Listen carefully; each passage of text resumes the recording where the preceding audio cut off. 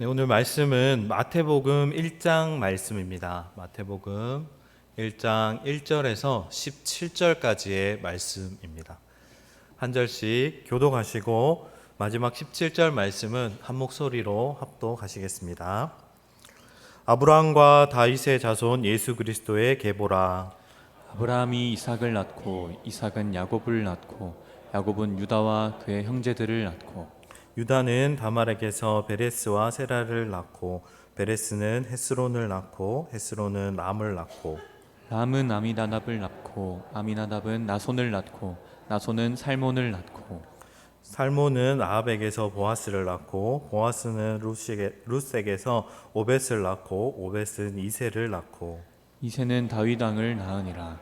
다윗은 우리아의 아내에게서 솔로몬을 낳고 솔로몬은 르호보암을 낳고 르호보암은 아비야를 낳고 아비야는 아사를 낳고 아사는 여호사밧을 낳고 여호사밧은 요람을 낳고 요람은 우시아를 낳고 우시아는 요담을 낳고 요담은 아하스를 낳고 아하스는 히스기야를 낳고 히스기야는 므낫세를 낳고 므낫세는 아몬을 낳고 아몬은 요시야를 낳고 바벨론으로 사로잡혀갈 때에 요시아는 여고냐와 그의 형제들을 낳으니라.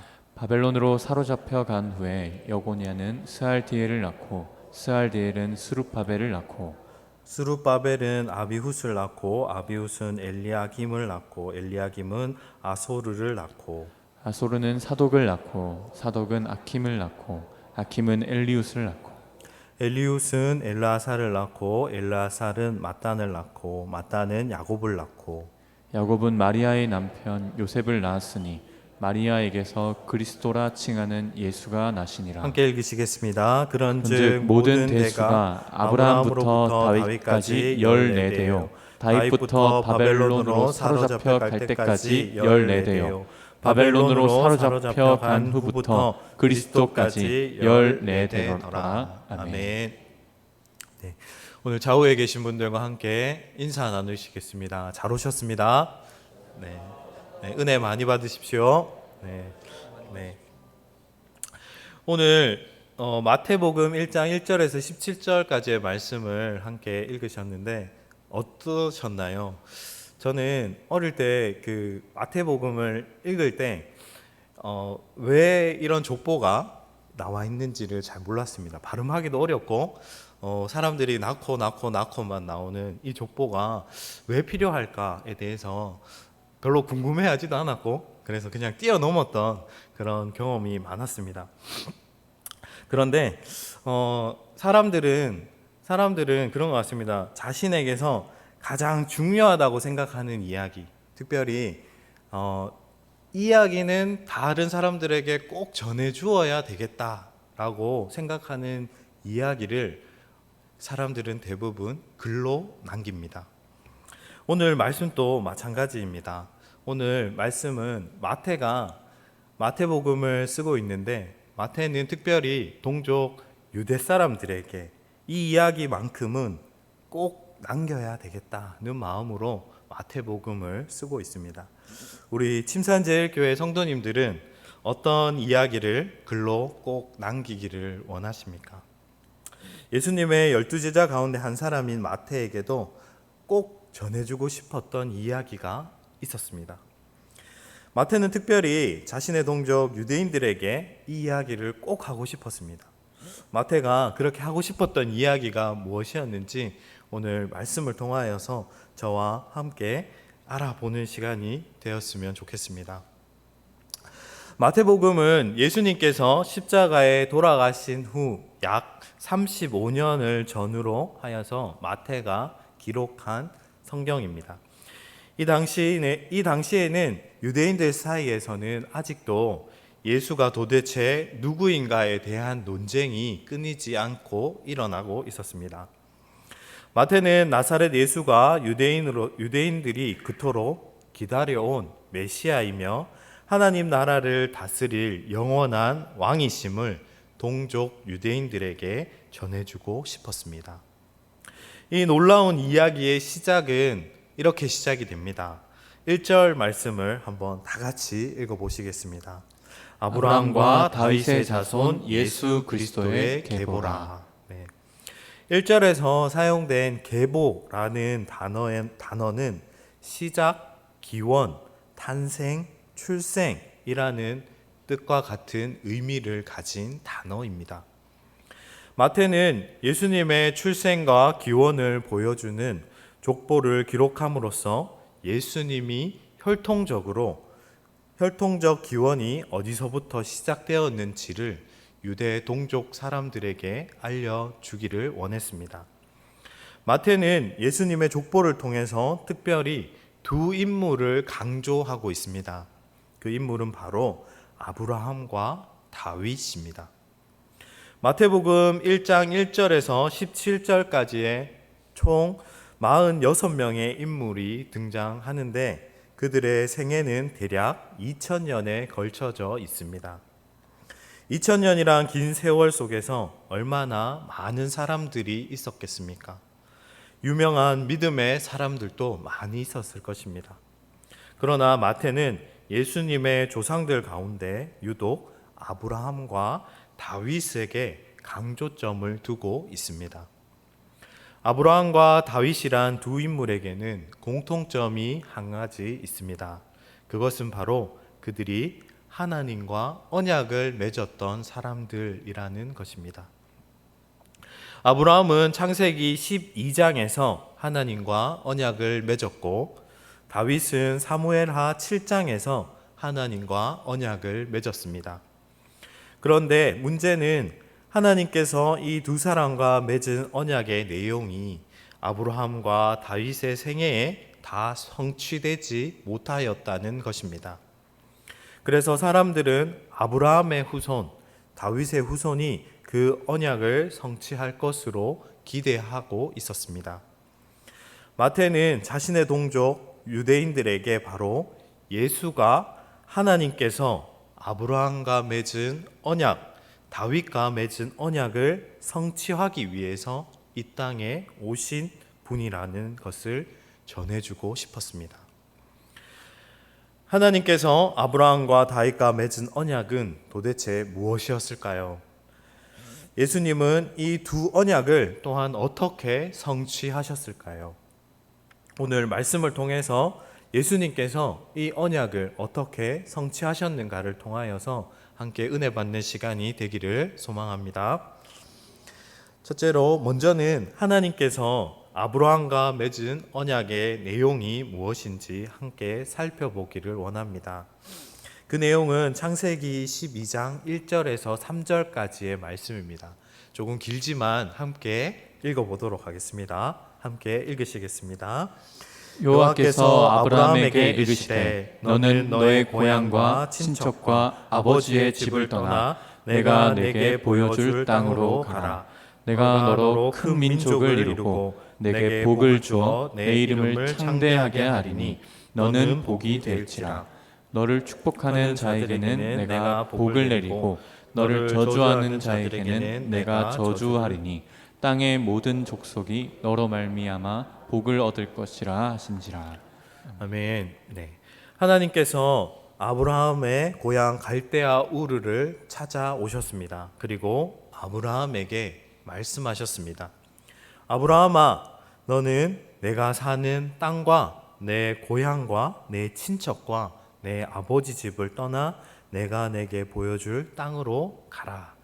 내가 너를 큰 민족으로 만들고 내게 복을 주어 내 이름을 크게 할 것이니 내가 복의 근원이 될 것이다. 너를 축복하는 사람에게 내가 복을 주고 너를 저주하는 사람에게는 내가 저주하리니 땅의 모든 족속이 너로 인하여 복을 받을 것이다. 라고 하나님께서 아브라함과 언약을 맺으셨습니다. 모든 족속이 아브라함으로 말미암아 복을 얻게 될 것, 이것이 바로 하나님께서 아브라함과 맺으신 언약이었습니다. 그런데 이 언약은 아브라함을 통하여서 이루어지지 않았습니다. 하나님께서는 그에게 또다시 찾아와 이 언약의 내용을 더욱더 확장시켜 주셨습니다. 그 내용이 창세기 22장 16절에서 18절까지의 말씀입니다.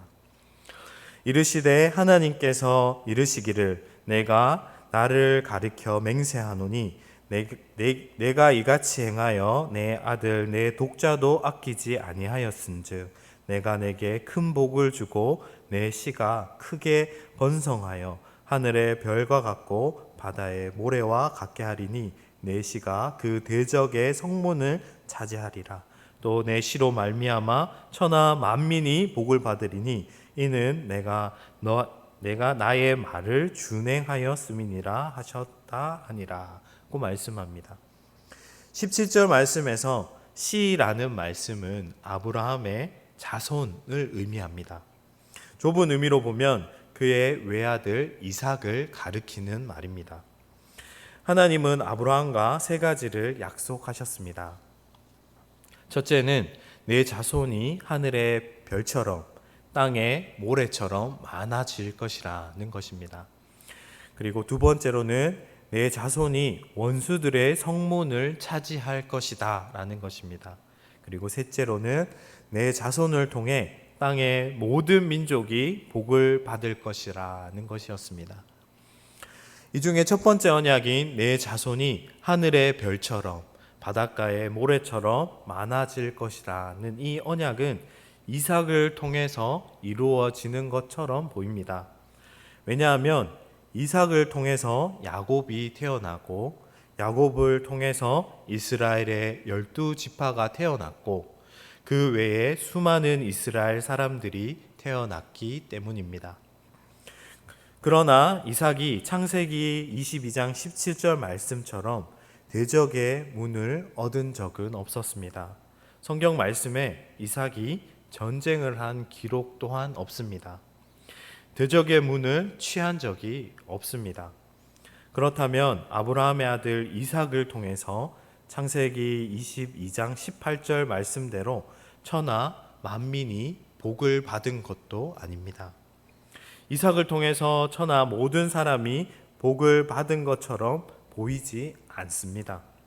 따라서 하나님께서 아브라함과 맺으신 언약이 아브라함 자신을 통해서도 또한 그의 하나뿐인 아들 이삭을 통해서도 성취되어지지 못하였습니다. 따라서 우리는 창세기 22장에 기록된 아브라함의 씨, 아브라함의 자손이 그의 아들 이삭을 가리키는 것이 아니라 궁극적으로 아브라함의 후손 가운데 태어날 한 사람을 뜻한다는 것을 알 수 있습니다. 그러나 오늘 마태는 마태복음을 기록하면서 바로 이 예수 그리스도가 예수님께서 하나님께서 아브라함과 맺으신 언약을 성취한 아브라함의 씨, 아브라함의 후손임을 우리에게 알려줍니다. 예수 그리스도 안에서 아브라함과 맺으신 언약의 세 가지 내용이 성취됩니다. 첫째로 이전에는 혈통적 유대인만 하나님의 백성이 되었으나 이제는 누구든지 예수 그리스도를 믿는 자는 죄 사함을 받고 영적 이스라엘 곧 하나님의 자녀가 되는 권세를 받게 된 것입니다. 이를 통해서 아무도 능히 셀 수 없는 수많은 사람들이 구원받고 하나님의 백성이 되었습니다. 하나님의 백성이 하늘에 무수히 많은 별처럼 바닷가에 무수히 많은 모래알처럼 셀 수 없이 많아진 것입니다. 둘째로 내 자손이 그 대적의 문을 얻을 것이라는 언약은 예수 그리스도께서 십자가에 달려 돌아가심으로 말미암아 죄와 사망의 저주를 감당하셨습니다. 또한 장사 지낸 후 사흘 만에 다시 부활하심으로 말미암아 죄와 사망의 모든 권세를 깨뜨리셨습니다. 예수님은 십자가의 죽으심과 부활하심으로 말미암아 우리 원수 사단의 권세를 무너뜨리시고 사단의 나라를 멸망시키신 것입니다. 이를 통해서 예수님께서 창세기 22장 17절에 기록된 내 씨가 그 대적의 문을 얻으리라 하는 아브라함의 언약이 성취된 것입니다. 셋째로 내 자손으로 말미암아 천하 만민이 복을 받을 것이다 라는 언약은 예수 그리스도의 십자가 대속하심과 부활하심을 통하여서 남녀노소, 인종, 사회적 계층, 민족 등 모든 것을 뛰어넘어서 세상 모든 사람이 하나님의 자녀가 되는 길이 열리게 되었습니다. 이전에는 혈통적 유대인들만 아브라함의 자손이요 하나님의 백성이라 칭해졌으나 이제는 천하 만민이 예수 그리스도를 통하여서 아브라함의 자손이 될 수 있고 하나님의 백성이 되어 구원을 얻게 되었습니다. 따라서 창세기 22장 18절에 기록된 내시로 말미암아 천하 만민이 복을 얻으리라는 아브라함의 언약이 성취된 것입니다. 이처럼 마태는 예수 그리스도로 말미암아 하나님께서 아브라함 언약을 성취해 주시기 위해서 보내신 그분이 바로 이분이심을 전파하고 있습니다. 또한 마태복음 1장 1절 말씀을 한번 다시 보시겠습니다. 함께 1장 1절 말씀을 한번 읽어보시겠습니다. 아브라함과 다윗의 자손 예수 그리스도의 계보라고 말씀합니다. 마태는 예수 그리스도께서 아브라함의 언약의 성취자가 되실 뿐만 아니라 하나님께서 다윗과 맺으신 언약의 성취자가 되심을 증거합니다. 하나님께서는 다윗과 사무엘하 7장 12절에서 16절 말씀에서 다윗과 언약을 맺으셨습니다.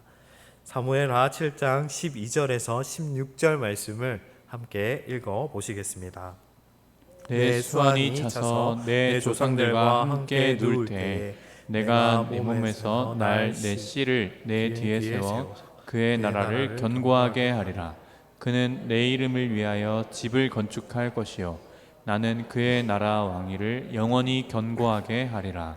나는 그에게 아버지가 되고 그는 내게 아들이 되리니 그가 만일 죄를 범하면 내가 사람의 매와 인생의 채찍으로 징계하려니와 내가 내 앞에서 물러나게 한 사울에게서 내 은총을 빼앗은 것처럼 그에게서 빼앗지는 아니하리라.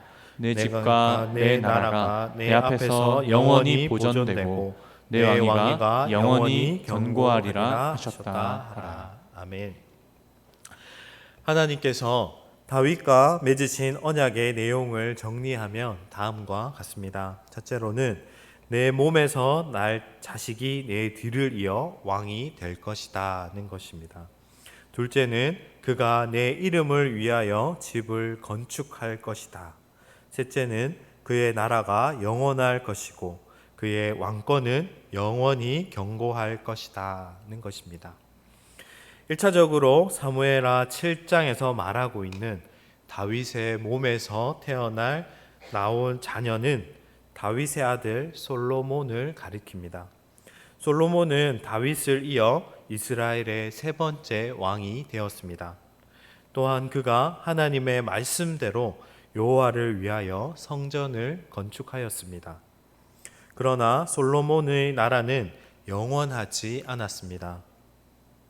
이스라엘은 솔로몬 왕 이후에 북이스라엘과 남유다로 분열되었습니다. 북이스라엘은 주전 722년에 아수르에 의하여서 멸망하였고 남유다는 주전 586년에 바벨론에 의해서 멸망하였습니다. 그렇다면 하나님께서 다윗과 맺으신 언약은 어떻게 되는 것일까요? 유대인들은 다윗 언약 역시 하나님께서 솔로몬을 통해 이루시는 것이 아니라 다윗의 후손 중에 태어날 한 사람을 통해서 이 언약이 성취될 것이라고 믿었습니다. 그 사람이 바로 유대인들이 간절히 기다리던 영원한 왕국을 다스릴 왕이자 다윗의 후손인 메시아입니다. 다윗은 왕이 되기 전 하나님의 사람 사무엘 선지자를 통해 머리에 기름 부음을 받았습니다. 머리에 기름 부음을 받는다는 것은 하나님의 택하신 자라는 뜻이요, 이스라엘을 다스릴 왕이라는 의미를 가지고 있습니다. 히브리어로 기름을 붓다라는 동사를 기름 부음 받은 자라는 명사로 바꾸면 메시아가 됩니다. 그리고 히브리어 메시아를 그리스어로 번역하면 크리스토스, 우리가 지금 성경에서 보고 있는 그리스도가 됩니다. 마태복음 1장 1절 말씀에서는 아브라함과 다윗의 자손 예수 그리스도의 계보라고 말씀합니다. 마태는 예수님은 그리스도시라고 증거하고 있습니다. 이를 통해 마태는 그의 동족 유대인들에게 바로 이 예수님이야말로 하나님께서 보내신 다윗 언약의 성취자 되시는 분이심을 강하게 선포하고 있습니다. 예수 그리스도를 통해 다윗 언약이 어떻게 성취되어지는지 함께 살펴보기를 원합니다. 첫째로 다윗 언약의 첫 번째 내용은 내 몸에서 날 자가 내 뒤를 이어 왕이 될 것이다 라는 것입니다. 여기서 중요한 점은 아무 사람이나 다 왕이 되는 것은 아닙니다. 반드시 다윗의 후손 중에 태어난 사람이어야 한다는 것입니다. 그래서 마태는 예수님께서 다윗의 후손이라는 사실을 유대인들에게 알리기 위해 마태복음 1장의 족보를 시작했던 것입니다. 마태복음 1장의 족보를 유심히 한번 살펴보시면 마태복음 1장 1절에서 17절까지 총 46명의 이름이 등장합니다. 그런데 이 족보에는 생략된 인물들이 있습니다. 예를 들어서 8절에 보시면 요람은 우시아를 낳고 라고 되어 있는데 그 사이에는 아하시야와 요아스, 아마샤가 생략되어 있습니다. 또 11절에 보시면 요시야가 여고냐를 낳고 라고 기록되어 있는데 사실 요시야가 낳은 것이 아니라 요시야의 아들 요야김이 여고냐를 낳은 것입니다. 그러니까 이 족보는 할아버지, 아버지, 아들 이런 식으로 순서대로 빠짐없이 기록한 족보가 아닙니다. 오히려 특정한 숫자를 맞추기 위해서 중간에 생략한 선택적 족보입니다. 마태가 강조하고자 했던 숫자는 14라는 숫자입니다. 마태복음 1장 16절에서 17절 말씀을 함께 읽어 보시겠습니다. 야곱은 마리아의 남편 요셉을 낳았으니 마리아에게서 그리스도라 칭하는 예수가 나시니라. 그런즉 모든 대수가 아브라함부터 다윗까지 14대요 다윗부터 바벨론으로 사로잡혀 갈 때까지 14대요 바벨론으로 사로잡혀 간 후부터 그리스도까지 14대더라. 여기서 14대라는 숫자를 계속해서 강조하고 있습니다. 이것은 아브라함부터 예수님까지 족보를 기록한 마태는 14세대를 총 3그룹으로 묶었습니다. 왜 숫자 14가 이렇게 중요한 것일까요? 지금처럼 아라비아 숫자가 사용되지 않았던 고대 사회에서는 사람들이 사용하던 문자 그 자체로 숫자의 기능과 역할을 담당하기도 했다고 합니다. 예를 들어 한글을 예를 들면 기역은 숫자 1을, 니을은 숫자 2를, 디을은 숫자 3의 역할을 했다고 볼 수 있습니다. 이와 마찬가지로 히브리어의 각 문자들이 특정한 숫자들과 대응하고 있는 것입니다. 이처럼 히브리어 문자를 숫자로 바꾸는 것을 게마트리아라고 부릅니다. 대표적인 것으로 요한계시록 13장에 나오는 유명한 짐승의 숫자 666의 경우도 게마트리아입니다. 이것은 로마의 황제였던 네오 가이사르의 이름을 숫자로 바꾼 것입니다. 그렇다면 숫자 14는 누구를 상징하는 것일까요?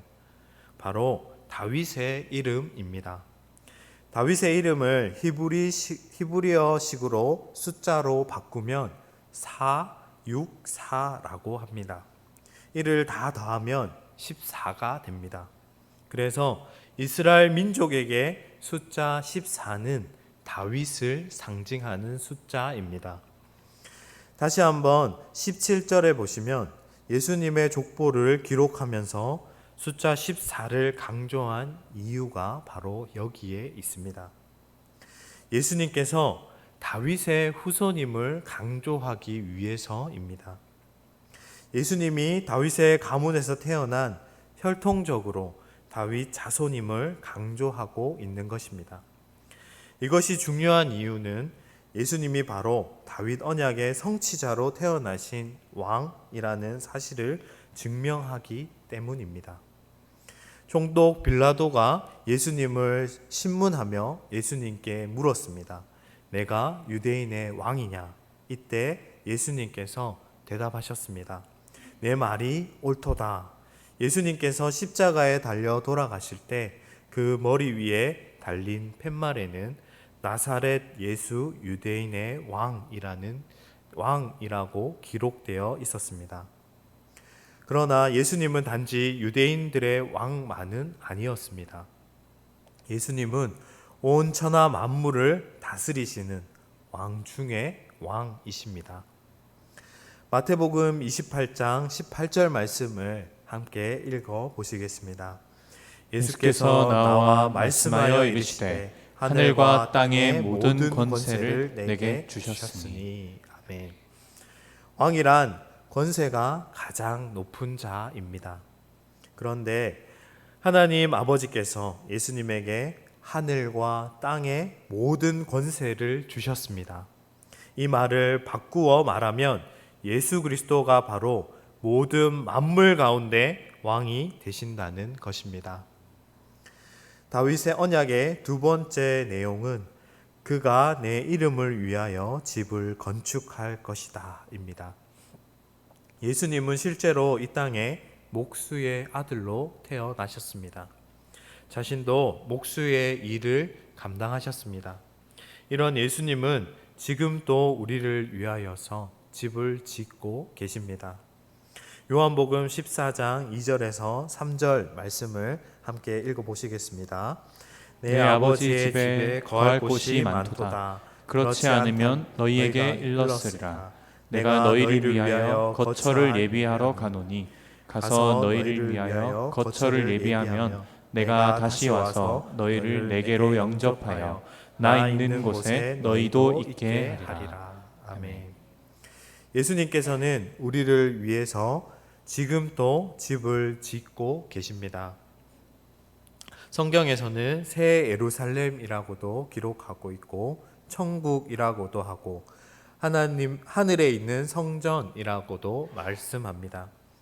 예수님은 다윗 언약의 성취자로서 지금 또 우리가 거할 하늘 나라에서 우리가 거할 집을 만들고 계십니다. 다윗 언약의 세 번째 내용은 그의 나라가 영원할 것이고 그의 왕권은 영원히 견고할 것이다 라는 것입니다.